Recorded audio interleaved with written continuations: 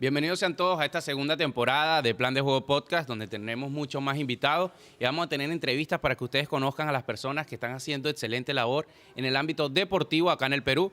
En este episodio me va a acompañar un entrenador de béisbol. Ya les voy a decir más adelante de quién se trata. Quédense con nosotros.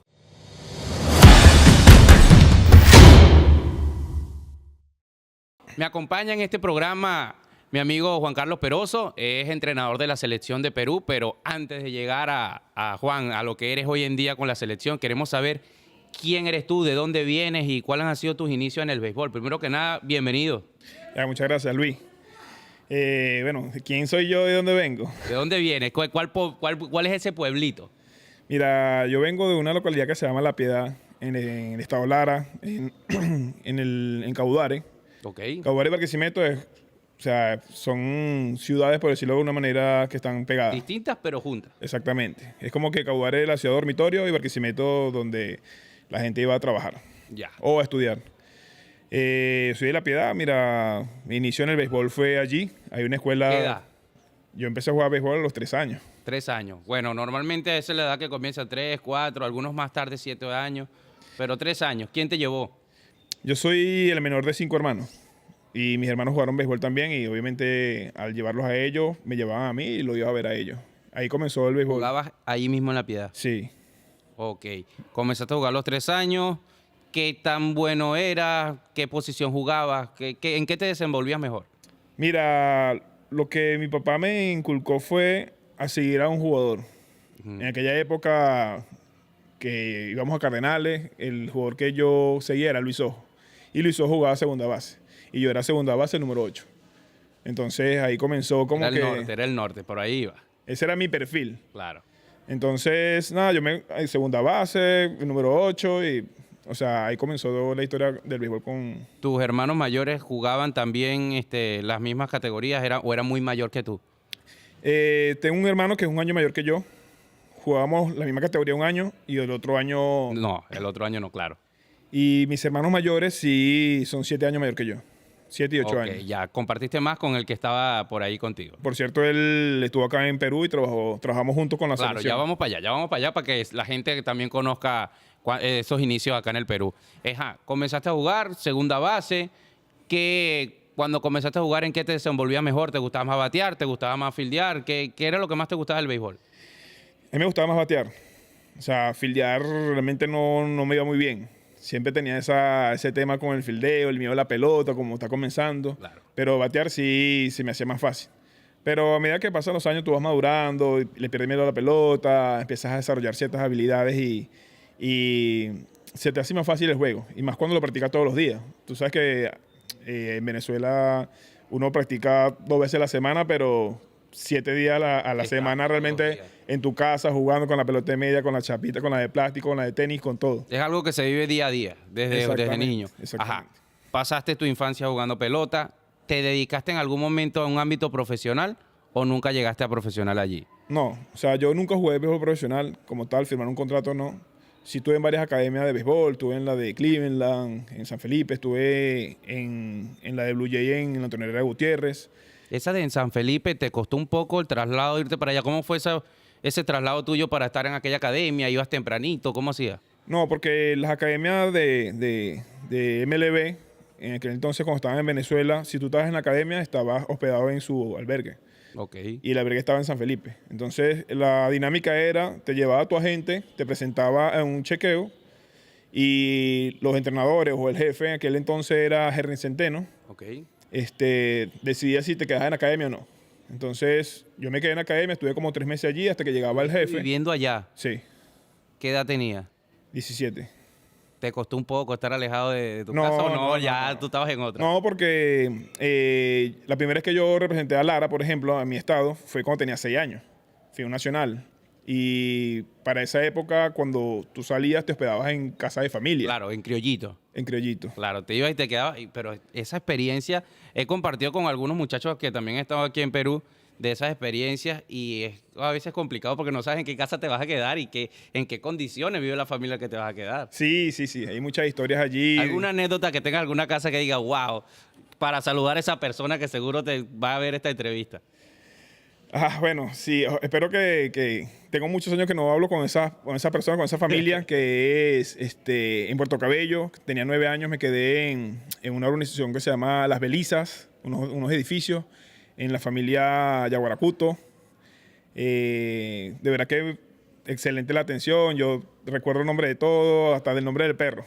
Me acuerdo de esa familia. De verdad, me trataron muy bien, lo disfruté mucho esa estadía en Puerto Cabello. ¿Y cerca a la playa, algo así?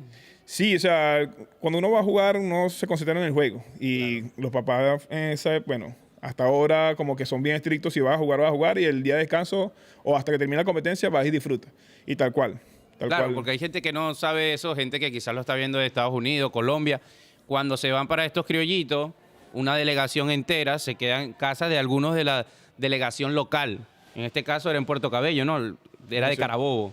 Correcto. Entonces en Puerto Cabello te podía tocar cualquier familia. Ellos acogían, ¿eran uno solo o dos? Depende. Había a veces que 4 o 5. En mi caso, por ejemplo, cuando me tocaba a mí o mis padres recibir a jugadores, recibíamos 4.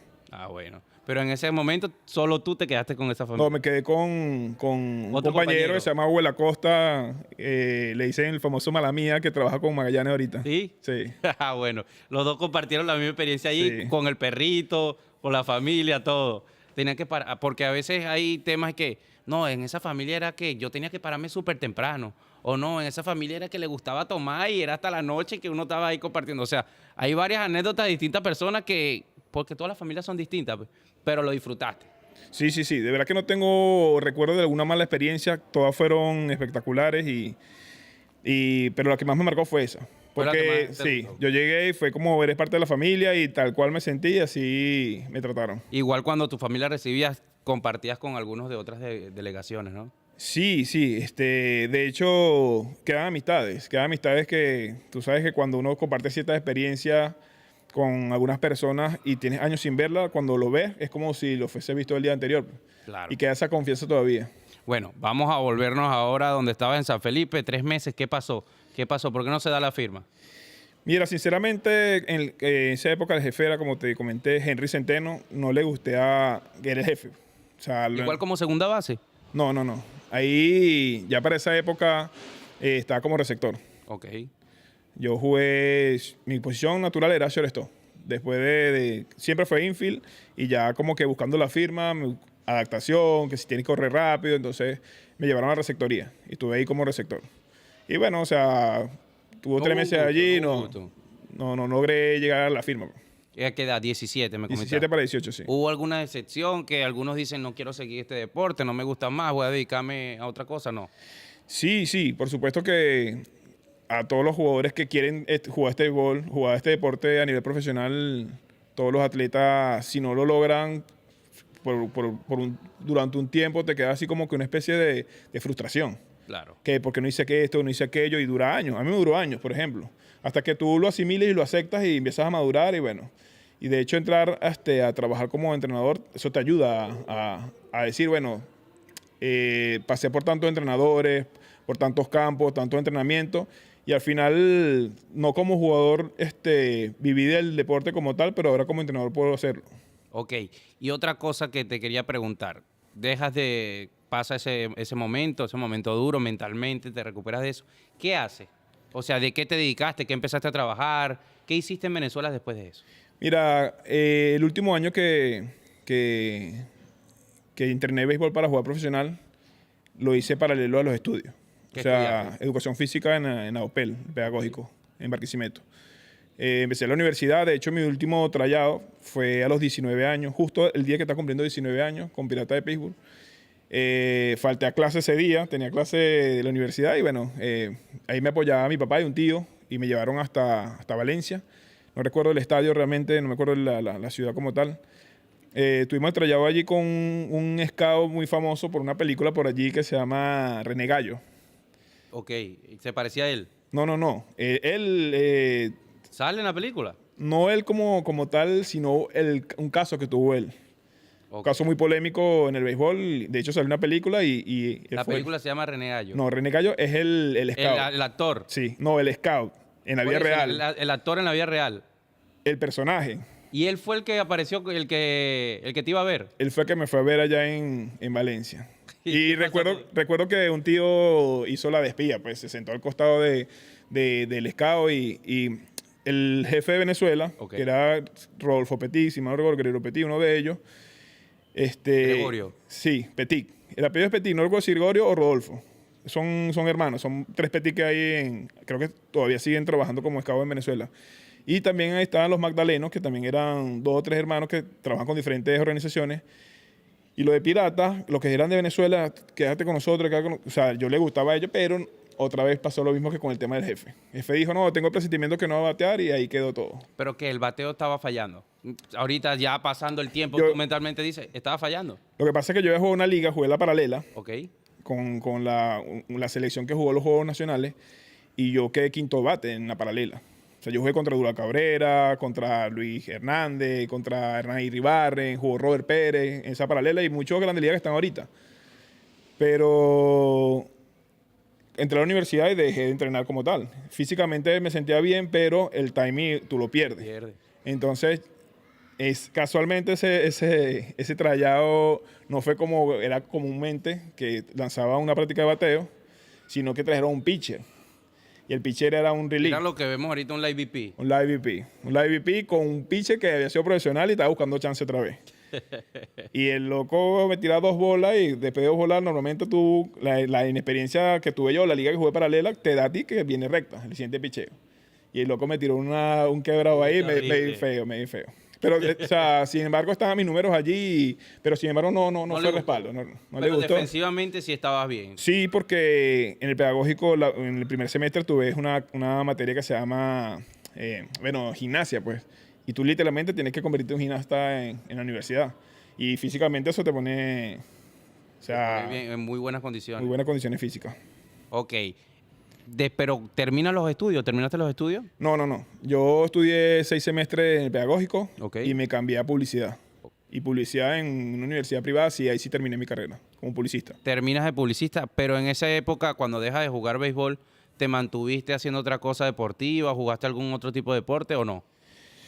Sí, o sea, tú sabes, las caimaneras por aquí, por allá de básquet, de voleibol, de fútbol, de softball. Porque dicen que el beisbolista puede jugar cualquier deporte, pero no de cualquier deporte puede jugar béisbol, ¿eh? Eso lo podemos decir los beisbolistas, realmente. Eso se ve bastante, por poner un ejemplo, Mookie Betts, que lo ves haciendo de todo. Bueno, eso es un caso ya... No, es profesional en todo. Sí. Tienes a Acuña, que también lo hemos visto jugando básquet. Bueno, el mismo Jordan, que jugaba básquet, pero él dice que él quería era jugar béisbol. Quería. Pero no le fue tan bien. No le fue tan bien en el béisbol. Ajá. ¿Qué lleva? O sea, sabemos situación país, te vienes para acá, para Perú. Pero, ¿cómo tomas la decisión? ¿En qué año te vienes para acá? Yo me vengo yo salgo de Venezuela en 2024. 2024. Perdón, 2014. Ok. 2014. Salgo de Venezuela en 2014. ¿Qué me motivó? Bueno, pasaron ciertas cosas lamentables con tema de unos robos. Fui víctima de robo en un par de ocasiones y de verdad que me decepcionó un poco y preferí salir. Pues dije, no, si ya me han robado 2 veces, me robaron una tercera, o sea, ya... ¿Por qué Perú? ¿O te fuiste a otro sitio primero? No. Tenía una conocida acá, era una familia que estaban dispuestos a recibirme y acá en Lima, eran peruanos que vivían en Venezuela y se vinieron para acá, para Perú. ¿Tú lo conociste allá? Y todo? Sí. Ok, ¿te vienes tú solo, te vienes con la familia, te vienes con hermanos, familia, me vine solo en esa época. Tú fuiste el primero que llegó aquí. Sí. Pero en esa época, cuando estabas en Venezuela, antes de salir de allá, ¿llegaste a ser entrenador allá de algunos niños o no? Sí, de hecho, una de las cosas que nos inculcaron nosotros en la escuela donde pertenecí es que cuando éramos juveniles, algunos jugadores pagaban su mensualidad dando práctica a los menores. A los pequeños. Y me ponían a dar práctica a uno de los chicos, a los categorías menores, con pota, preinfantil, incluso siendo juvenil dirigí junior. Entonces ya por ahí como que nos inculcaron ser jugador y entrenador, exacto. Todo ese momento de poder resolver momentos en un juego, de que tengo que cambiar a saber cuándo el pitcher tengo que relevarlo, todo ese tipo de cosas. Es que eso mira, hay un estudio que dice que para volverte experto en algo tienes que hacerlo 10.000 horas. Tienes que practicarlo 10.000 horas. Y en el béisbol tienes que entrenar, tienes que jugar, tienes que ver juegos. Y si tú acumulas 10.000 horas haciendo eso... Vas a ser un experto. Vas a ser un experto. Ajá. Excelente, escuchen eso. Eso es para todos los muchachitos, todos los que quieren ser entrenadores y todos los que quieren hacer cualquier cosa en la vida, porque no solo en el béisbol. Aplica para todo. En cualquier ámbito de la vida, si usted quiere ser un experto en algo o hacerlo excelente o muy bien, practique y practique y practique para que se le dé. Y vea béisbol profesional, vea Grandes Ligas. No, y el que le guste el básquet, que vea NBA, que vea de donde usted se inspire. Si usted quiere llegar aquí, tiene que ver a los que lo hacen así, así tal cual. Llegas acá a Perú. ¿Qué hiciste cuando llegaste acá a Perú? ¿Cocinero, farmacéutico? ¿Qué hiciste? Mira, yo llegué, bueno... ¿Eras publicista ya? Sí. Ya tenía una profesión. Obviamente, cuando llegué no había casi venezolanos. Eran pocos. De hecho, nos reuníamos en el Parque Kennedy los domingos. Y no llenábamos ni siquiera, no sé... El circulito ese que está ahí, nada. Yo trabajé en una empresa que se llama Bonanza Gras. Ok. Está en Miraflores. No estaba en Miraflores en esa época. Ahorita no sé si continúa ahí la oficina. Ellos me ofrecieron contrato de trabajo y todo en la parte comercial. Se dedica a la venta de gras sintético, grama artificial. Y hacían las canchas, decorativos y esas cosas por todo el país. De hecho, es la empresa número 1 a nivel nacional de importación de grama artificial. ¿Ha cambiado mucho la ciudad desde que llegaste? Sí, bastante. Sí. Para bien. Sí, para bien, por supuesto. Sí, o sea, obviamente todos estos cambios en la infraestructura tienen su pro y su contra. Su pro porque obviamente la ciudad va mejorando y todo. Su contra porque trae más congestión en el tráfico, sí. Escúchame, ajá. ¿Cómo sales tú de trabajar en la parte comercial de esta empresa, que como dices era de las mejores, a dedicarte al béisbol? ¿Por qué? ¿Por qué te lo digo? Porque sé que el béisbol quizás no te iba a pagar lo que te estaban pagando en la empresa y hay que dedicarle tiempo al béisbol. Sí, mira, precisamente antes de venirme a Perú, yo indagué por internet y conseguí un equipo que se llama Black Hawk, que fue con el que jugué. Le escribí desde Venezuela. Estando allá, claro. Sí, pregunté como entrenador, como jugador si pagaban. En esa época todavía estaba activo jugando. ¿A qué edad te viniste? ¿Qué edad tenías en el 2014? 27. Oh, estabas activo, sí. Ahorita ya no. Sí, no, sí, me retiré este año.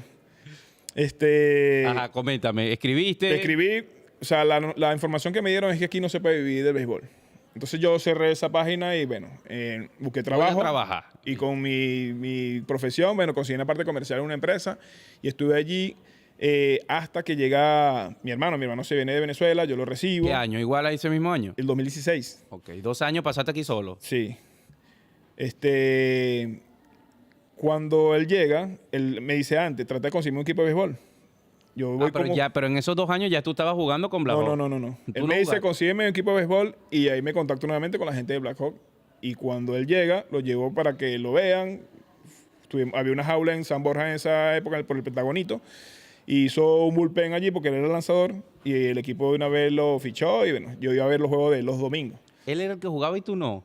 Yo lo iba a ver a los juegos los domingos. ¿Y en dónde jugaban? ¿En el Callao? No, en esa época el torneo lo hacían en Videna.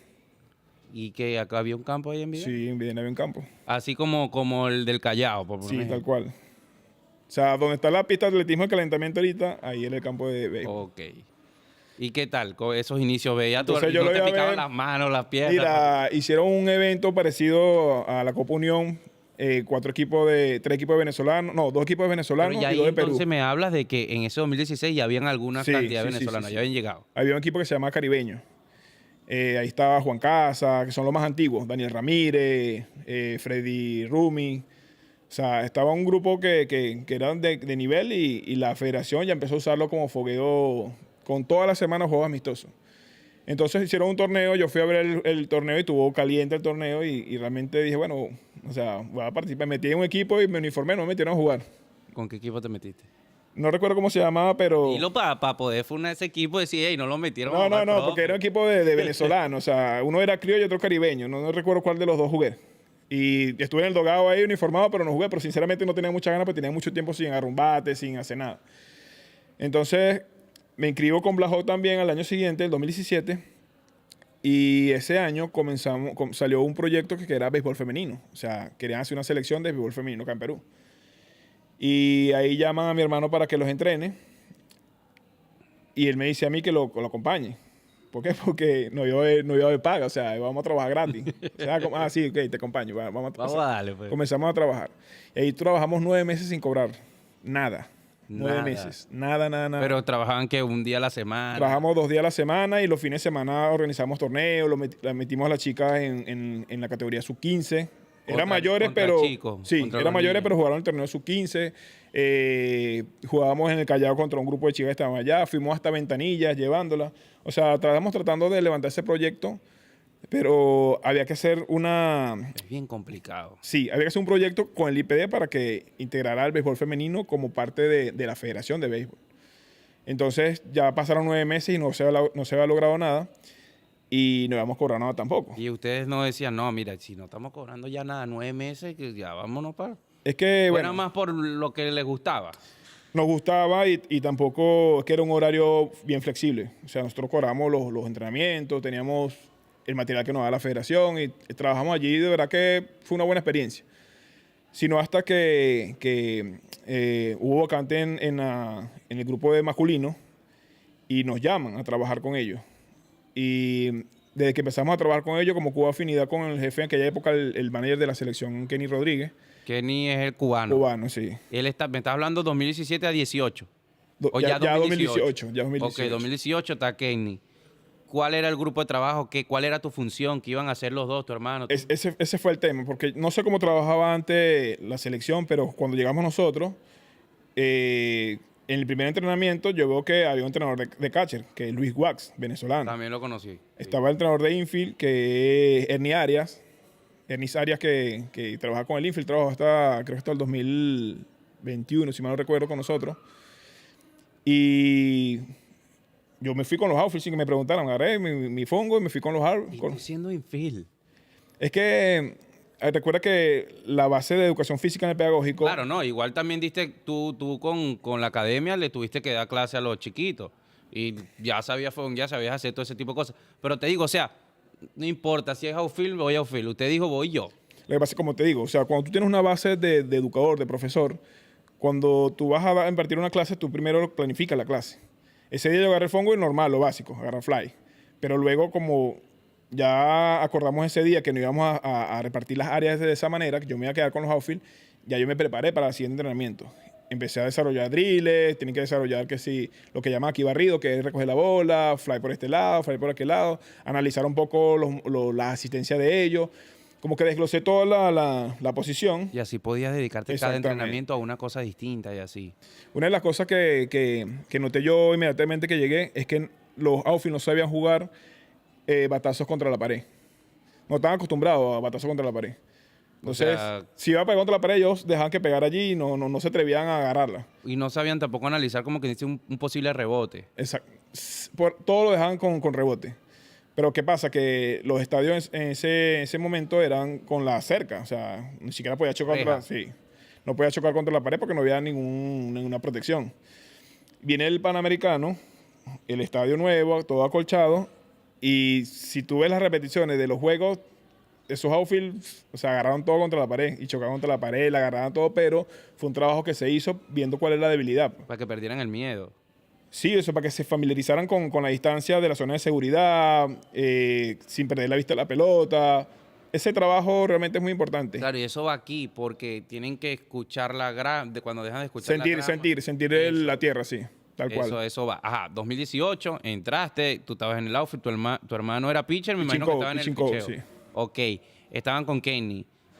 ¿Trabajaron todos en el Panamericano 2019? Sí, o sea, trabajamos todo 2018. Ya empezamos a ir a algunas competencias, fuimos a una Copa del Caribe.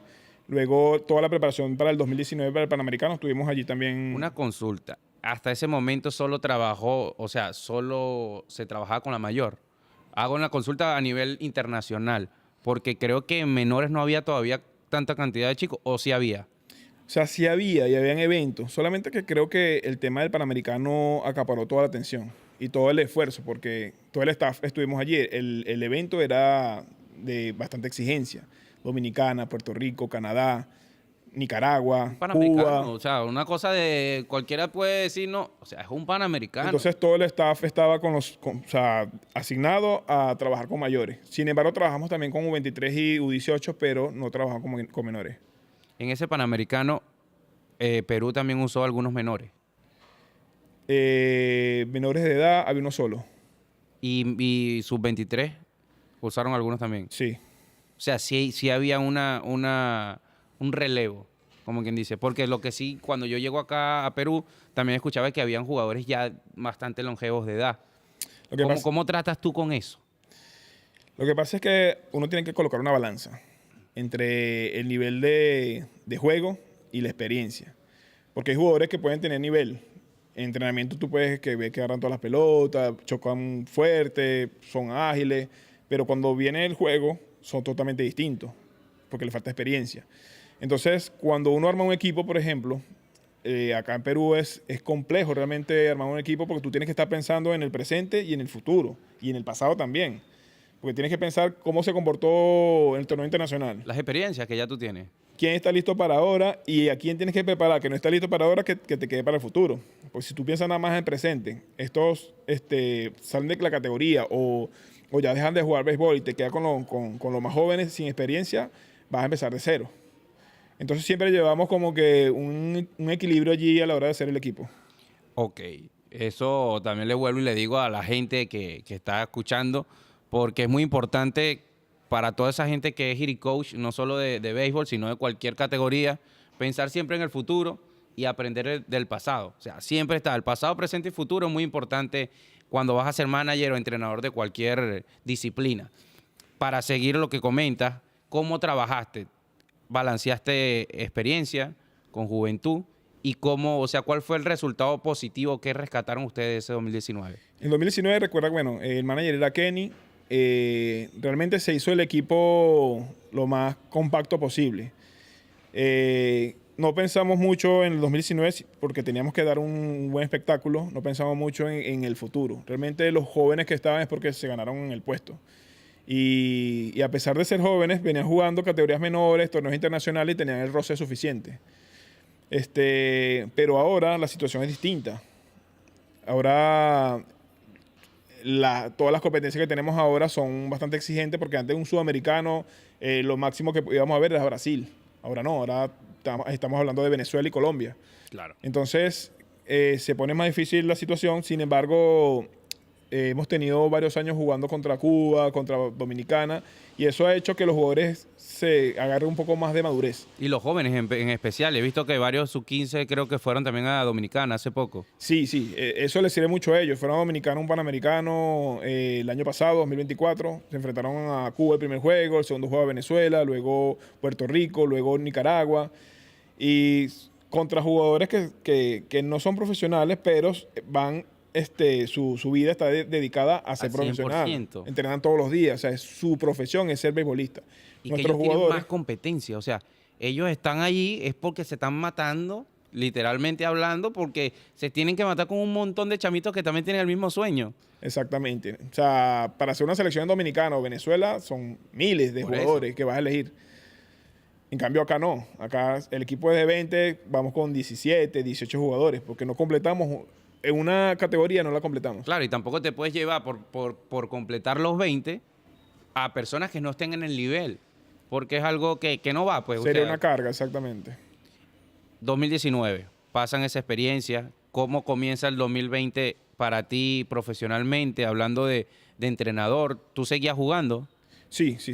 Como te digo, jugué hasta ahorita 2025. ¿Con Blajó? Con Blajó. ¿Qué hacías? ¿Igual infield? Ahí jugaba tercera base, sí. Mantuviste siendo jugador activo y entrenador de la selección. Correcto. ¿Cuánto tiempo te mantuviste en ese rol? Una de las cosas que le va a parecer extraño a la gente que juega béisbol en otro país, que es que para que te presten atención los jugadores acá, tienen que saber si eres bueno o no, o si fuiste bueno o no. Entonces, una de las razones por la cual todos los entrenadores jugábamos era porque teníamos que demostrar el conocimiento. No solamente la teoría, sino la práctica. Claro. Y realmente la mayoría de entrenadores no iba muy bien en el torneo. Claro, yo vi a Kenny jugaba tercera base, creo. Tercera base, sí. Y era muy bueno con el bate también, bateaba muy bien. Bateaba, sí. Ken, que ahorita está de entrenador, no tiene nada que demostrar porque tiene toda una vida con la selección. Juan Casas también en su momento. Juan Casas no ha sido entrenador de la selección, pero es entrenador de un club y obviamente... Lo respeto un montón porque ha sido uno de los mejores bateadores, ¿no? caso de Juan Fernández. Juan Fernández. Danilo Sojo ahora que quedó champion bate. ¿Quedó champion bate? Sí. En la Copa Unión no dio ni un hit. Y eso va a salir para él. En la Copa Unión están esperando todavía el primer hit. No, que yo le dije a él, mira, eres Jericó del equipo, ponte la pila, porque aquí todos hemos bateado, sí. Si él es Jericó, ajá, pero quedó champion bate, demostró que sabe de bateo. Entonces ahora tiene la atención de los jugadores. Y es así, acá es así. Pero escúchame algo, Juan, con respecto a eso que dices. Sí tienes que demostrar, pero ¿cómo haces con...? Por lo menos me imagino que llegaste a tener entrenadores que nunca jugaron pelota. Sí, o sea, yo como o sea, atleta, te hablo de entrenadores como managers, pues. Porque para ser entrenador, para darte una práctica, tienes que saber, o sea, tú ves el movimiento. Ah, no, este profesor no sabe lo que me está diciendo. mira, tengo la experiencia, dos experiencias. Uno, un entrenador que tuve, que fue creo yo, que con el que más aprendí técnicamente este deporte, Juan Escobar, que paz descanse. No es de la familia de Escobar de La Sabana. No. Él es de Aragua, de Maracay. De verdad que es un entrenador bien complicado porque era demasiado estricto. Él no nos dejaba ni siquiera tomar agua en el entrenamiento. Nada. Cuando terminaban. Cuando terminaba el entrenamiento. Y técnicamente él jugó profesional, jugó hasta AAA. De verdad que tenía 60 y algo de años y él lanzaba el VP durísimo. Y él se paraba a batear. Cuando no bateábamos nada, se paraba a batear, lanzando duro y bateaba. O sea, fue de verdad que algo que me marcó con ese entrenador a nivel técnico y que lo pudo demostrar. Claro, Pero, y en eso tomas experiencia y dices tú, mira, para mí significó bastante esto, yo lo voy a aplicar. O sea, yo como entrenador, que me vean que yo puedo, pues. fue más que todo porque noté que así era acá. Y tal vez para algunos jugadores es importante que el entrenador haya jugado béisbol. ¿Por qué? Porque te da como que más confianza, de que sabe lo que está hablando. Tuve otro caso de un entrenador que ni siquiera sabía lanzar la pelota, que se llama Alexis Hill, pero como manager ha sido el mejor manager que yo he tenido. Sabía mucho. Sí, era demasiado astuto y tenía demasiado instinto. O sea, en qué momento mandar a robar bases. O sea, la tenía ahí bien clara. Las reglas se las conocía al pie de la letra y tenía un liderazgo dentro del campo tan importante que fuera del campo podíamos tratarnos como amigos, pero dentro del campo, o sea, nos paramos firmes. Por eso, ahí ven también ustedes, los que están aquí con nosotros, que hay dos tipos de manager. El que físicamente y mentalmente está preparado y el que solo mentalmente, pero de las dos maneras. Lo que pasa es que hay mucha gente que no sabe, Juan, que el béisbol es prácticamente 90% mental. Quizás 100%, porque puedes estar físicamente muy bien, pero si no estás preparado mentalmente, estás mal. El béisbol es uno de los deportes donde mayormente el jugador falla. Porque tú te paras a batear y de los 10 turnos, si bateas 3, Eres buen bateador. eres muy bueno. Y si Fallas 7 veces. Y si por eso fallas más de lo que aciertas. Pero si no estás preparado para fallar más, no puedes ser profesional. Es bien complicado eso.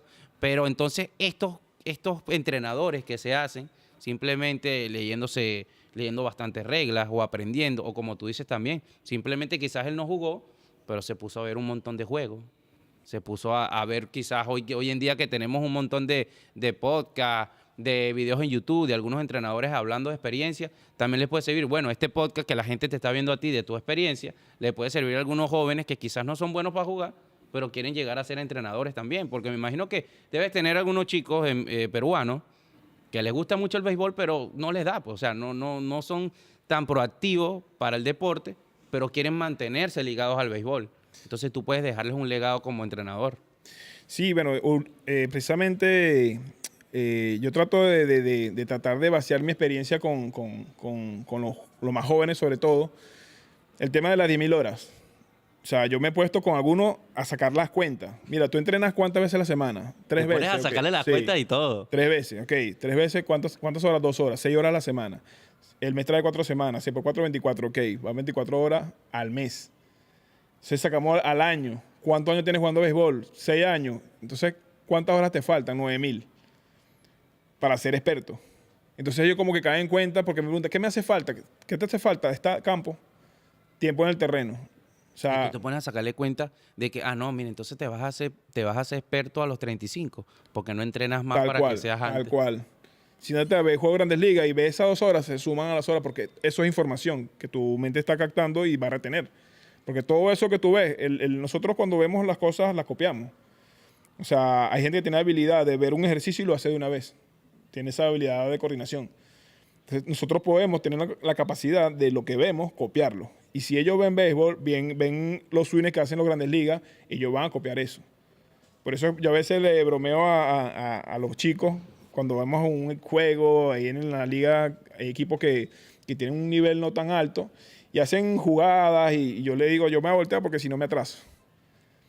¿Por qué? Porque si mis ojos ven esa información me queda. Son 2 horas menos. Y realmente te atrasa. Y además, hasta jugarlo, quizás te retrasa un poco. Porque te pones al nivel. Porque a veces no le pones el ánimo, dices, no, igual va a llegar o allá, lanzo suave para primera. No, ponle la misma intensidad como si fuera una final. Por lo menos no sé si viste el podcast de que estuvo Luis Sojo, un podcast que estuvo Luis Sojo, donde habla de que Derek Jeter no era cuando comenzó lo que terminó siendo. Se puso a entrenar y entrenó más y entrenó más. Y no tenía las mismas cualidades que terminó, pero fue por el entrenamiento que tuvo. Sí. Hay muchas historias realmente de que la diferencia la marca el tiempo que dedican, y eso es la disciplina. Hay mucha gente que rechazaron. El mismo Meiser Isturi hace poco también de una entrevista que él lo rechazaron por todos lados. Y jugó 11 años Grandes Ligas. Meiser Isturi, el hermano de César Isturi. Claro, el Meiser. Entonces, o sea, mucha gente se queda como que me rechazaron ahí, hasta ahí llegué. Y es otra de las cosas que yo le digo a algunos de los chicos. O sea, si tú quieres jugar profesional, veo el caso de Coco, por ejemplo. Coco tiene 23 años y aún sigue guerreando para jugar profesional. Y se le sigue abriendo puertas y sigue teniendo chance. Y este año, si no tiene chance, no termina de concretar este año, el año que viene tiene otro chance. Y va a buscarlo. Hay un dicho que dice que el que persevera vence. alcanza. Así de simple. También José Altuve, ¿cuánta gente no lo rechazó? ¿Cuánto le dieron a Altuve para firmarlo? Una miseria. Lo aceptó y mírenlo dónde están. A veces también, ¿sabes qué pasa? A veces que tenemos que, si no pasó el tren hoy, va a pasar mañana, pero no es que nos vamos a sentar a esperar que pase el tren. Si el tren no pasó aquí y sabemos que puede pasar en la otra estación, vamos a irnos a esa estación. Hay que seguir trabajando para eso. Otra pregunta que te iba a hacer, Juan, una pregunta externa al tema que vamos. Dame tu top 3 de mejores jugadores peruanos hasta la fecha de la historia del Perú en béisbol. Tu top 3. Vamos a meterte en problemas. Me está metiendo en problemas. Ahí te van a ver los muchachos. Top 3. Mira. Comencemos por el tercero. Top 3 mejores jugadores. Mira, es complicada esa pregunta, ¿viste? Claro, vamos para eso. Porque se van a resentir algunos jugadores. Y te lo aseguro. Pero bueno, hablemos de nivel de juego, hablemos de habilidades. Para mí el número 1... Pero no me des todavía el 1, dame el tercero. El tercero. Top 3. Mira, yo diría que Jorge Loyola, creo yo. Jorge Loyola. Sí. Está de tercero. Alias el Coco, sí. Ok, ya sabemos ahí, está de tercero el Coco. Acuérdate que es de historia, históricamente. Lo que pasa es que es complicado. Pero el nivel que tiene Coco es muy bueno. Claro. O sea, no se ha visto un lanzador con esa capacidad física y mental que tiene Coco. Claro, y lo ha demostrado, pues. Lo ha demostrado en estos dos torneos. Pero hay jugadores que tienen casi 20 años jugando la selección, ¿entiendes? Entonces, por eso es complicado. Yo te podría decirte que qué jugador le ha aportado más a la selección históricamente. Podría decir que en Ichihara. Claro. No, ya no me cambies el top. Ya tú tienes el 3. ¿Quién es el 2? Por eso aclaré. A nivel de habilidades... Claro, tú estás hablando de los mejores a nivel de habilidades, herramientas que tengan y todo. Mira, el número 2, River Ceballos. River Ceballos es el número 2. Mire, y los dos son jóvenes. River tiene 24. 25, 23 tiene Coco. O sea, que estamos hablando de que tienen todavía para rato jugar con la selección. Los dos nacidos acá en Perú, los dos. Los dos son nacidos de acá. Sí. Ok. River, el caso de River, que se fue de niño a Venezuela y regresó a la adolescencia. Pero como tal se desarrolló como jugador acá en Perú. ¿Tiene algo de... ¿Habla River como venezolano, no? Sí, habla como venezolano. Habla como venezolano. Sí. Bueno, en realidad él habla como venezolano, cuando habla como peruano, habla como peruano. Y como él vive en México y reside en México actualmente... Ahora dice, órale, manito. Aguas, dice. El 1. El 1, Susumu Yosa. Susumu Yosa. Para ti es el jugador número 1. No hablo solo de físicamente, en todo. O sea, Susu ha sido uno de los jugadores que tú dices estandarte de la selección. Es que el caso de Susu es un caso muy particular. Porque Susu ha demostrado en todos los torneos bateo. O sea, un promedio de bateo en todos los torneos. todos, torneos internacionales contra quien sea. Era el shortstop de la selección anteriormente, antes que llegara Reader. Y cuando llega Reader, él tal vez jugó a segunda o tercera base. Pero él vio que había como un hueco en la receptoría y se ofreció a ser catcher. Y en menos de 2 años ya la posición la juega como si fuese profesional. Como si tuviera toda la vida jugando receptor. Entonces, ¿cómo te explicas tú? Si Susu ahora Susu es un año menor que yo. Susu tiene 37 años. Que un jugador de 37 años pueda cambiarse a estas alturas de posición y que la juegue como la juega. También. Y que la juegue como la juega. Y nunca ha dejado de batear. Siempre ha respondido el equipo, siempre. Por eso lo pongo a él de primero, porque todos los años se ha mantenido constante. En un excelente nivel. Bueno, Sí. saludos a Susu. Yo he tratado con Susu y es una excelente persona también, muy humilde. De verdad que saludos. Y bueno, tuviste una mención especial también para Ken, que también me lo mencionaste. Estaría de cuarto. Sí, el caso de Ken, a mí me sorprende mucho de él porque es un pitcher con bastante temple, con bastante carácter. Lo he visto picharle a Cuba, parar a Cuba, equipo mayor, equipo grande, parar a Dominicana en el Panamericano. En una Copa del Caribe le lanzó 8 innings a Islas Vírgenes. O sea, ningún equipo le ha quedado grande en el contrincante, ninguno. A todos los ha parado. Y sin tener una gran velocidad. Sin tener como una que es gran lo que velocidad. hoy en día dicen, no, si lanza suave. sin eres tener una mal gran pitcher. velocidad, exactamente. O sea, ha tenido un buen temple. Y Y esperemos que vengan muchos más jugadores. Ojo, que hay algo importante que, bueno, una gente dirá, no, que eso no cuenta. Ken dio un juego perfecto Un juego perfecto. en un sudamericano a Bolivia. Puede ser Bolivia, pero Juego perfecto. Juego perfecto. Lanzó Juego perfecto. Bueno, ahí está, una mención especial para un pitcher peruano que lanzó juego perfecto. Ojo, en estos días yo tuve un posteé en las redes de que un pitcher nacido en Perú está en Grandes Ligas, que es Jesús Luzardo. Mucha gente dice, no, pero que él anunció que él se siente venezolano. Sí, claro, sus papás son venezolanos, se va a sentir venezolano, pero eso no quita que él nació aquí en Perú. Claro, lo que pasa es que, mira, en mi opinión personal, para darle la nacionalidad a un jugador de donde es, creo que pesa dónde se formó. Él se formó en Estados Unidos. Sí. Y él dice que es venezolano, porque con su familia de venezolanos y todo.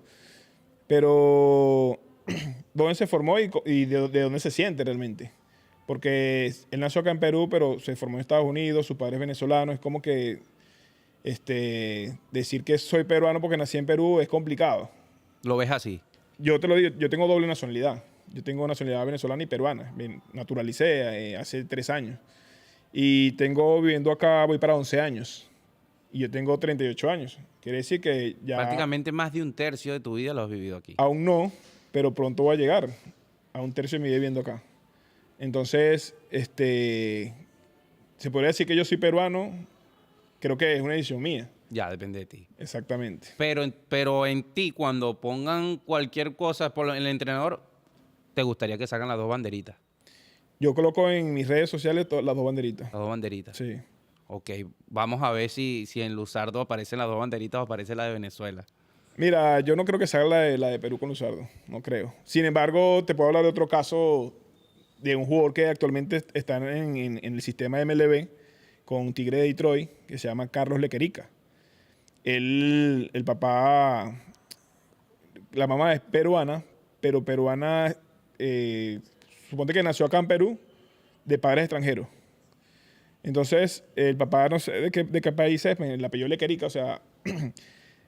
Y cuando él sale en el draft, la foto que le toman sale con la bandera de Perú. O sea, le inculcaron es el peruano. Y él quiere jugar con Perú. No hemos podido traerlo realmente porque le ha ido también en la liga que cuando nos tocan los torneos, que sus vacaciones, lo llaman para sprint training, ahorita lo llaman para la liga de Arizona, que son los mejores prospectos de cada organización. Entonces, le ha ido muy bien. Pero él como juega? tal, él es lanzador. O sea, lanzador. Y si tú revisas su número en la página de Reference, te quedas loco. O sea, va a estar entre los mejores 10 prospectos de Detroit este año. Mira, imagínense, mira, le traen un dato que quizás muchos ahí no sabían. Sí, Pero mira. está en los planes. ¿Ha habido algún contacto o no? Por supuesto. De hecho, ese contacto lo dejó un entrenador que se llama Ernest Arias. yo se lo encargué a Danilo, que Danilo viene siendo prácticamente mi mano derecha en la selección, de verdad que gran apoyo. Él viajó a Estados Unidos, se reunió con él, le mandamos una gorra, le mandamos una camisa. De hecho, el año pasado estuvo en el roster prácticamente hasta la última hora que no le dieron el permiso. Y para el bolivariano este año también estaba en los planes. Hasta que terminó la temporada y le dijeron, mira usted, se va con los prospectos y tiene que jugar esa liga y ya prácticamente el año que viene puede que juegue Grandes Ligas. Así como le hacen algunos que no pueden jugar en Venezuela la liga local, ¿no? A muchos jóvenes. Pero bueno, si vamos al tema hablando, a algunos sí les conviene que vayan a jugar a Venezuela porque se mantienen jugando un buen nivel. Pero acá va a jugar un solo torneo en dado caso, ¿no? Sí, pero como tiene una cantidad de innings acumulados en la liga y ahora va a jugar una liga en noviembre, prácticamente terminará su ciclo. Fatiga también. La cantidad de innings que no puede pasarse pues, en el año. Ok, bueno, tenemos eso allí de Carlos Lequerica, me dijiste. Carlos Lequerica. Carlos Lequerica, que está en los planes. Vamos a ver si puede llegar para el Panamericano 2027. Mira, para esa fecha yo espero que sea Grandes Ligas y bueno, si le dan el permiso, yo estoy seguro que él quiere. Estoy seguro que él tiene la intención porque siempre se ha mantenido en contacto. Él y la gente y todo. Pero, bueno, o sea, no puedo decir lamentablemente porque obviamente le está yendo bien. No, claro. Y es importante que personalmente a él le esté yendo excelente. Sí, no me he podido contar con él. En los últimos, ¿cuándo te ascienden a ti a entrenador? Vamos a irnos ya a ese tema. Bueno, el término de entrenador desde 2018. No, entrenador, hitting coach, mejor dicho. Ok. Como manager, yo fui manager interino en el 2023, en el mes de agosto. El antiguo manager, Kenny Rodríguez, mi amigo y jefe, decide renunciar, tenía planes de irse a otro país, se fue. Y durante el final de 2023 quedé como interino. Ya para 2024. Disculpa que te interrumpa. ¿Cambia totalmente todo tu staff o queda el mismo que ya estaba? ¿Estaba tu hermano todavía? No. ¿Ya habían habido algunos cambios? Sí, mira, el staff que hubo en el 2019, el primero que se fue, creo que en 2021, fue Ernest Arias. Se fue para Estados Unidos, luego Luis Wax se va, luego se va Francisco, regresa a Venezuela. Francisco, tu hermano. Mi hermano, sí. Y del staff de 2019 quedamos dos nada más, que es Juan Fernández y yo. Y obviamente Kenny. Cuando Kenny se va, quedamos nosotros dos nada más. Ya anterior a eso, ya había entrado Ramón Robles como pitching coach y había entrado Ken Chihara en la parte de menores. Y bueno, oficialmente ya Ricardo Miranda me da la confianza en el 2024 de trabajar con la selección y empezar un nuevo proceso porque es totalmente distinto cuando tienes la responsabilidad de preparar un equipo para un torneo. Teníamos ya preparado, ya anunciado el sudamericano pasado como sede y fue un año bastante complicado. De hecho, para mí fue muy complicado en comparación de los años anteriores por temas de que algunos jugadores se fueron del país, el tema de las motivaciones que tenían los jugadores para ese año y con el equipo que pudo armar para el sudamericano, de los que estaban disponibles. Y les agradezco mucho la intención allí de estar presente. Fue un equipo bien, o sea... Tú tuviste bastantes trabas. Sí, o sea, en el caso de Alex Tacano toda su infancia hasta la adolescencia jugó infield. Luego llegó a los 18 años, fue para el Panamericano como pitcher y de ahí se quedó como pitcher. De 2019 hasta el 2024 como pitcher. Y justamente estuve ahí, tú tienes la lesión José se lesiona. Es que no comienza ahí porque anterior que José se lesione, el señor que es Rier Ceballos, no lo dejan venir. Estaba con su proceso migratorio en México. Luego no pudo venir Rier Ceballos. Luego el que le sigue ahí por un tema de edad era Jun Contreras. Por tema de estudio no puede tampoco. Y José Sala, que lo teníamos como tercera base, ya asume el shortstop y se lesiona el primer juego. Entonces, obviamente, yo cuando veo la falta de jugadores allí en el infield, yo, mira, Alex Tacano tiene, ahí donde te digo, donde uno evalúa la experiencia y tiene habilidad. Y como 2 meses antes del torneo, lo puse a jugar segunda base. Se orestó, tercera base, porque iba a ser el cuarto infield que iba a sustituir al que se lesionara. O al que fallara, no sé. Iba a ser el sustituto. Y mira, el primer juego se lesiona a José Sala y el segundo juego, de hecho, el primer juego sale Alex Tacano jugando se orestó. Sí, sí, vi varias falencias ahí que tuvieron en ese sudamericano que les cuesta la medalla de bronce, porque pierden contra contra Chile. Chile. Mira, yo pienso que la labor de Alex fue muy buena No, a no, nivel no digo defensivo. porque les falla. O sea, tantas trabas que tuvieron, les termina pasando factura, porque, o sea, no puedes, como quien dice, usar todas tus piezas, porque Alex lo tenías preparado como pitcher normalmente. Después tú lo intentas seguir preparando como un infield que él viene, que es lo que te estoy entendiendo, pero en realidad te termina costando un poco, ¿no? Porque trabajaste con lo que pudiste en ese momento.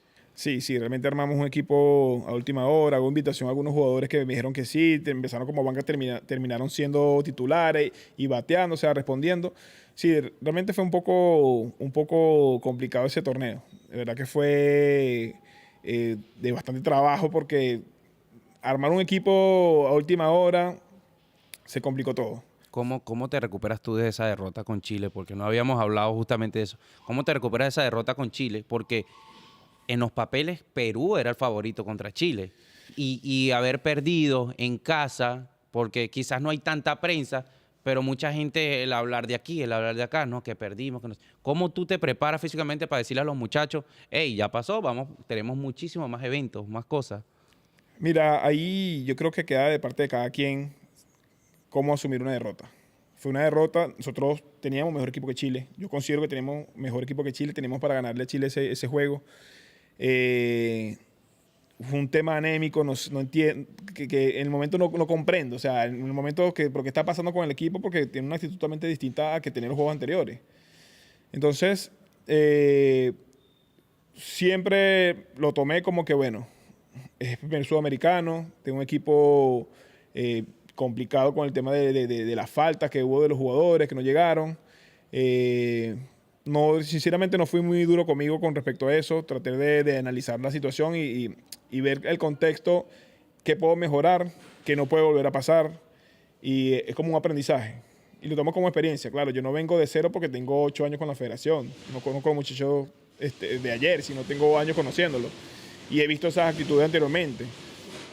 Entonces, como que lo tomo como experiencia y tratar de hacer unos ajustes para el siguiente año, que bueno, que fue este año 2025, que hasta ahora, bueno, ha salido bien todo lo que hemos planificado. Hemos trabajado en la parte mental con los chicos, cómo lidiar con la ansiedad realmente. Ejercicio de respiración, que se repitan ciertas cosas a sí mismos, el lenguaje positivo, la concentración, una matriz de liderazgo que estamos aplicando para ellos porque es necesario meter un poco de ciencia en esto. O sea, dirigir un equipo no es solamente me sé la regla de béisbol, ni tampoco tengo 10 años. Ir a darle 10 años. rolling a los chicos, no. O sea, es un conjunto de cosas que tienes que estar pendiente y que tienes que estar preparado realmente. Y yo lo digo en broma a personas que me preguntan, porque dirigir una selección nacional no es cualquier cosa. O sea, estamos hablando de que cuántas selecciones hay en el mundo. ¿Cuántos managers de selección hay en el mundo? De selección absoluta. O sea, somos pocos, ¿entiendes? Y asumir esto en un país que no tiene cultura de béisbol. Y no es el tuyo. Ojo, mira el contexto. No es cultura de béisbol.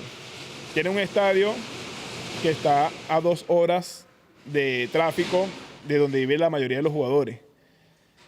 O sea, es un tema bien complicado donde los jugadores, la mayoría estudia y el que no estudia trabaja y algunos estudian y trabajan. Entonces, o sea, preparar un equipo con todas esas condiciones no es fácil. Y tienes que saber manejar las piezas, los recursos, manejarlo de tal manera que puedas tratar de llevar el equipo a su mejor estado posible. Claro, tú mismo lo mencionas, es un país que no tiene béisbol profesional y es complicado así porque se dedican a otras cosas, como también pasa en República Checa, que vimos que República Checa jugó Clásico. el clásico y algunos jugadores de República Checa que hacen cualquier otra cosa jugaron contra personas como Tani. Mira, como te digo, el contexto. Los muchachos, por ejemplo, de la selección no reciben ningún apoyo económico del Estado ni nada, solamente si consiguen un logro. Si consiguieron una medalla, pueden obtener ciertos beneficios económicos. Y, por ejemplo, no sé cómo es República Checa, yo sé que los jugadores son amateurs también, pero ¿qué distancia tienen ellos del estadio? ¿Tienen alguna ayuda económica? ¿Tardan 2 horas en llegar al estadio, pregunto, por ejemplo? tienen el mismo ritmo de trabajo y de estudio que los chicos de nosotros. Entonces, todo eso hay que analizarlo realmente. Claro. Entonces, cuando yo hago análisis de contexto de la organización, del equipo, yo tengo que saber cuáles son mis fortalezas, cuáles son mis recursos que puedo utilizar. Entonces ahí empiezas a hacer los enlaces. Ah, mira, tengo el Invidena un gimnasio, vamos a utilizar los Invidena para acá, en estos horarios para estos chicos, un transporte para que no lleguen tan tarde. O sea, hay que pensar en todo, en todo. Incluso hasta la vida de los chicos que no llegan a entrenamiento porque tienen problemas personales. Entonces, uno tiene que no involucrarse en sus problemas personales, sino como tener conocimiento a ver si tal vez uno puede hacer algo. O prever esas cosas, o sea, situaciones. ¿No has pensado en tener también en la selección un coach de anímico, un coach? Mira, un psicólogo deportivo. Pero no hay. Ya va. Es que ese es el Son tema. dos cosas distintas. No, sí lo hay y podemos conseguirlo. Solamente que para eso necesitas recursos, que no hay. Exactamente.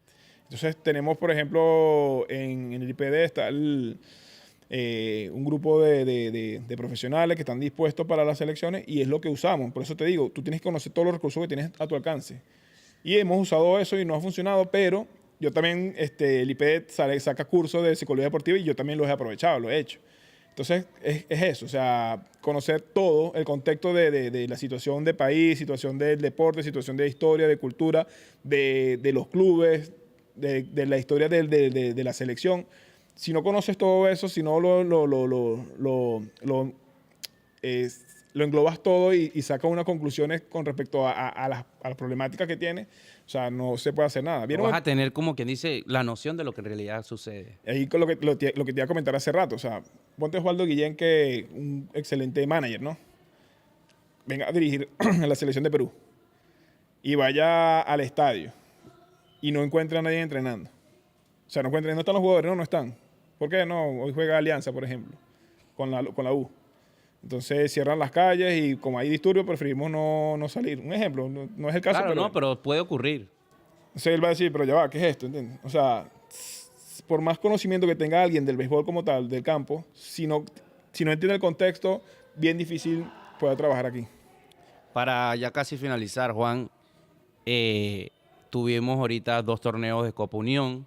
¿Qué tanto le sirve a eso a tus jugadores con respecto a lo que se viene ahorita? Para los que no saben, tenemos ahorita, en un momento, 2025, desde el 20 al 25 de octubre en el Estadio Villa María del Triunfo está el Panamericano U23 y luego en noviembre, ¿qué fecha de noviembre exactamente? Del 30 de noviembre al 5 de diciembre. Del 30 de noviembre al 5 de diciembre, bueno, ya está.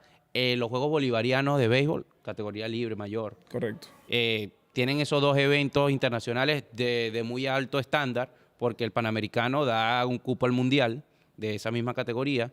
¿Qué tanto les sirve estos 2 encuentros? Para los que no saben, la Copa Unión fue unos encuentros que se jugaron en la primera edición, la categoría U18, perdón, la categoría U23 fue. 18. 23. U23 y mayores contra selecciones venezolanas y esta fue la categoría mayor contra otras selecciones venezolanas. ¿Qué tanto les sirve esa experiencia para los jugadores?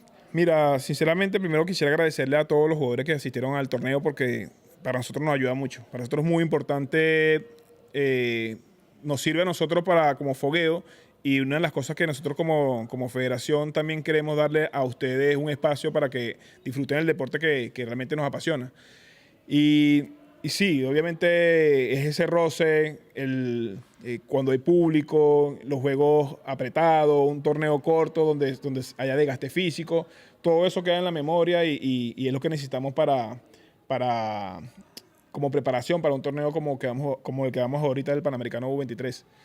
Y también aprovechamos para el equipo de mayores, o sea, es todo. Y tenemos jugadores de 15 años ahí, 16, o sea, tratamos de que ellos agarren experiencia porque el nivel más alto que pueden jugar es ese torneo acá en Perú.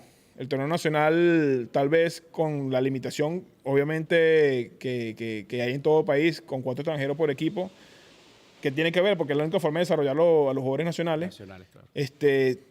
Hacer torneos libres nos ayuda un poco con el tema del nivel para las selecciones. Pero el torneo nacional sirve para las canteras. Para traer más nuevos jugadores. para captar talento. Realmente los lanzadores todavía andan piche que lanzan duro, los bateadores para que nos sirven para nuestros lanzadores que son bateadores peligrosos. Toda esa experiencia nos sirve mucho para la preparación del equipo.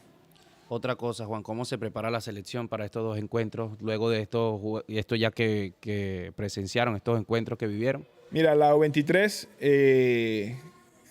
hay un tema con el tema de las categorías. La U23 es una categoría que fue diseñada para que no quedaran por fuera jugadores que ya no eran U18 y que no hacían el equipo de mayores. Entre 18 años y 23 es la categoría U23. Y trabajar con ellos, hemos trabajado bastante duro, ha sido bastante complicado por temas de estudio, temas de trabajo, exámenes. De verdad que la carga académica que tienen ellos es bien fuerte. Sin embargo, hemos sacrificado bastante el tiempo, o sea, la distancia para Villa María, para ellos, pues, porque en mi trabajo yo tengo que ir a hacerlo, pero ellos llegan a su casa 11:30 de la noche para hacer a las 5 de la mañana para ir a la universidad. O sea, y algunos después ir a trabajar. Bastante sacrificial para ellos y creo que aún nos queda una semana de entrenamiento para el torneo y ha sido una buena preparación. Ha sido complicada porque el equipo es de 24, vamos a llevar solamente 21. No completamos un equipo, pero tenemos jugadores de calidad que se ha visto el cambio tanto técnico como anémico y realmente creo que vamos a cumplir los objetivos que nos trazamos. ¿Están las metas conseguir medalla en ese Panamericano? Mira, ese Panamericano viene Venezuela, Argentina, Brasil y Perú. Somos 4 equipos. El podio es de 1, 2, 3. O sea, la idea es quedar mínimo de tercero. Conseguir por lo menos medalla. Sabemos que los 3 equipos están por encima de nosotros en el ranking, a nivel de historia tienen más torneos que nosotros, pero creo que tenemos equipos que podemos conseguir el tercer lugar y tal vez, si las cosas se dan, a una sorpresa por allí. Ok. Para esa gente, Juan, que como tú, mira, dejaron la pelota y ahora tú estás como entrenador de una selección, que como tú mismo lo dijiste y yo lo recalco, no es cualquier cosa. Estás representando a un país, primero que no es el tuyo, y en el deporte que tanto amas. ¿Qué le puede decir a esos jóvenes que quizás no son tan buenos en el deporte, que no renuncien a eso? ¿Qué experiencias tú, como tu vida, le puedes decir a esos chicos que van a ver aquí? Bueno, mira, primeramente, todo el trabajo que se hace y toda la constancia que uno pueda dedicarle a algo, sea lo que sea en cualquiera de nuestras vidas, no pasa en vano.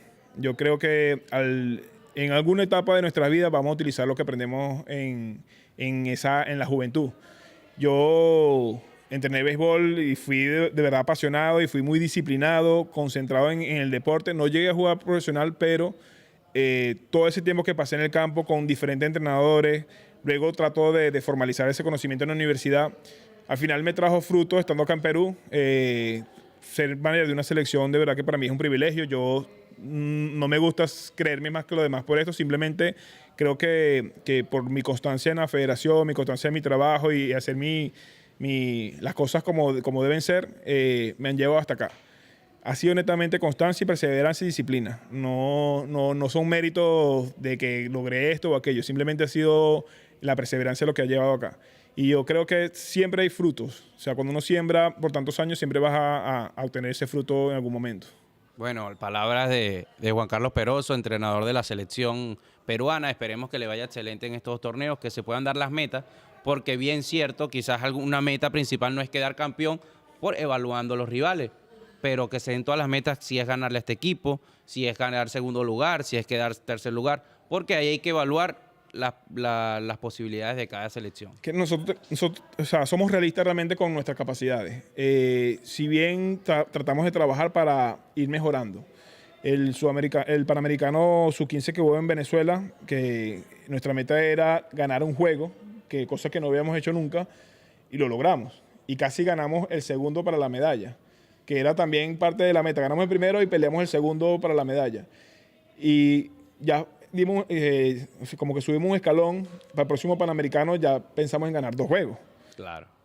Tal cual en todas las categorías. Por ejemplo, el bolivariano pasado, que fue en Valledupar 2022, ganamos un juego a Venezuela. Entonces fue el primer juego que se ganó un bolivariano. Ahora, tenemos la tarea de ganar el segundo juego. No el segundo... Y que sea aquí en casa. Que sea acá en casa, pero 2 juegos en el bolivariano es la meta, porque tenemos que ir escalando. Si ganamos medalla, perfecto. Pero mientras hagamos las cosas mejor que como lo hicimos anteriormente, ya para nosotros es ganancia. Bueno, muchachos, muchísimas gracias a ustedes que van a estar viendo esta entrevista con Juan. Juan, muchísimas gracias por tenerte aquí. Esperemos que siga creciendo el béisbol acá en el Perú y que la federación siga dando frutos y que la gente se siga inculcando al béisbol. También invitamos a esa gente que no ve béisbol, ¿qué tiene el béisbol para darle a sus hijos? Bueno, el deporte como tal, a mí me encantaría que realmente acá en Perú se establezca el béisbol como un deporte arraigado a la cultura. ¿Por qué? Porque no solamente el fútbol o el vóley abre puertas para un futuro de nuestros jóvenes. El béisbol también es un deporte que tiene un futuro de verdad muy... que le podría gustar a muchas personas. Con el conocimiento del fútbol no lo es suficiente. El béisbol también te puede abrir puertas para conseguir grandes cosas, realmente. Y me gustaría realmente que apoyaran a la selección de Perú. Yo sé que mayormente nos están viendo gente de Venezuela. Para que sepan, el staff de Perú tenemos 3 venezolanos, incluyéndome. Hay jugadores que son de padres peruanos, pero nacieron en Venezuela. Y me encantaría realmente que adoptaran a la selección de béisbol de Perú como su segunda selección en estos torneos, porque va a venir Venezuela tanto para el Panamericano, U23, como para el Bolivariano. Entonces, realmente ese sería grato ver venezolanos apoyando a la selección de Perú, así sea porque esté gran parte de algunos venezolanos en el equipo. Son nacidos en Venezuela, como te ha comentado Luis, esta cosa que no aclaramos nunca, que tenemos varios jugadores que nacieron en Venezuela, padres peruanos, cuando ellos nacen obviamente por derecho son peruanos también, y hacen parte de la selección. Han llegado acá con 13, 14 años, algunos de 17, y los tenemos en el equipo porque obviamente para poder jugar en el equipo tienen que tener la nacionalidad, pues. Claro, hay mucha gente que siempre pregunta eso. No, que la mayoría son venezolanos que se fueron. Porque tú has visto todos los comentarios. Son venezolanos que se fueron a Perú y están jugando en Perú. No, eso es mentira, mi gente. Aquí el venezolano o el que tiene algunas raíces venezolanas es porque tiene un padre peruano o es porque nació acá en Perú. Así de simple. Pero no hay ningún venezolano que no tenga ni nada arraigado a Perú que esté representando a la selección de Perú ahorita. Bueno, tu persona que eres entrenador. Sí, yo me nacionalicé por naturalización, sin embargo no he hecho uso de la nacionalidad para representar al Perú como jugador, pero no es el caso de los jugadores nuestros actualmente. Ningún jugador que haya jugado con la selección de Perú, bueno, salvo de uno que es Juan Casa, que fue nacionalizado por deportista de alto rendimiento, pero para aquella época del Panamericano, del resto todos son hijos de peruanos, todos. Bueno, mi gente, es algo que deberían saber todos porque es bastante importante aclarar esa duda. ¿Puede haber algún otro venezolano nacionalizado pronto? Bueno, una primicia para la gente. Hubo un jugador que nacionalizó la Federación de Softball, que es Daniel Ramírez, que lo estamos llamando para la selección ahorita. Y tal vez hay un proyecto de nacionalización, pero eso no es parte de la federación, eso es parte del gobierno de Perú. Vamos a plantearle a algunos jugadores jóvenes que puedan darle profundidad al equipo. Lo que más necesitamos, por ejemplo, en profundidad es en el picheo. Picheo y la receptoría, que es lo más difícil de formar. Entonces, vamos a tratar de hacerlo de esa manera, pero no es algo sencillo. No es tan fácil ni decisión de nosotros el que se lo den o no. Es un tema de un trámite que dura mínimo 1 año. O sea, es un papeleo que hay que hacer realmente. Bueno, esperemos que sí se den esos planes. Y bueno, ha sido todo por nosotros en esta entrevista. Esperemos tener más de tus muchachos también por acá para que se expresen y poder darle visibilidad al béisbol acá en el Perú. Muchísimas gracias. Será hasta el próximo capítulo en Plan de Juego Podcast.